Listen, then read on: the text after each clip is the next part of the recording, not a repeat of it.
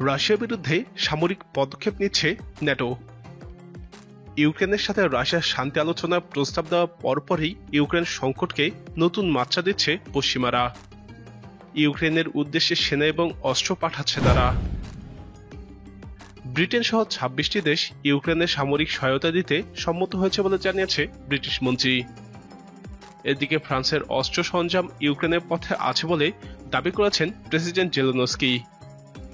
ইউক্রেনকে সহায়তা করতেই এসব অস্ত্র এবং অন্যান্য সরঞ্জাম পাঠাচ্ছে ফ্রান্স।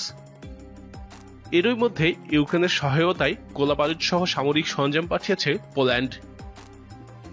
ব্রিটেনের সশস্ত্র বাহিনীর মন্ত্রী জেমস হোবেই বলেছেন, ব্রিটেন এবং অন্য ২৫টি দেশ ইউক্রেনে আরও মানবিক এবং সামরিক সহায়তা দিতে সম্মত হয়েছে।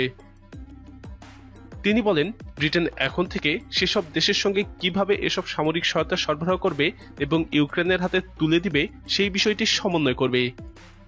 তবে তিনি এর বাইরে আর কোনো বিবরণ দেননি। ন্যাটো নেতাদের অংশগ্রহণে একটি ভিডিও সম্মেলনের পর স্টোলটেনবার্গ বলেন, বর্তমানে একটি ঘোলাটে পরিস্থিতি বিরাজ করছে।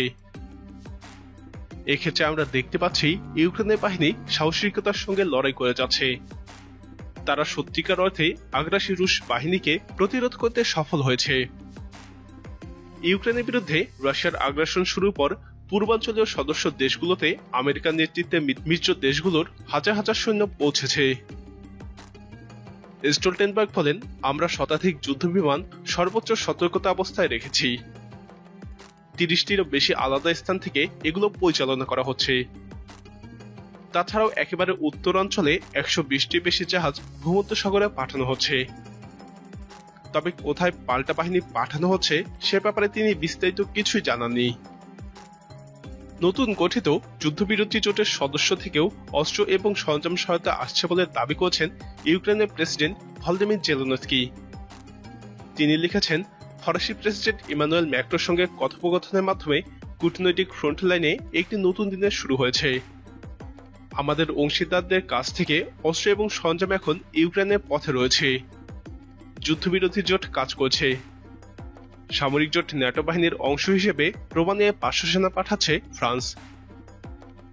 ন্যাটো জোট এই প্রথমবারের মতো দ্রুত পাল্টা ব্যবস্থা গ্রহণের মতো রেসপন্স ফোর্স মোতায়েন করেছে বলে জানিয়েছেন ন্যাটো প্রধান জেন্স স্টোলটেনবার্গ।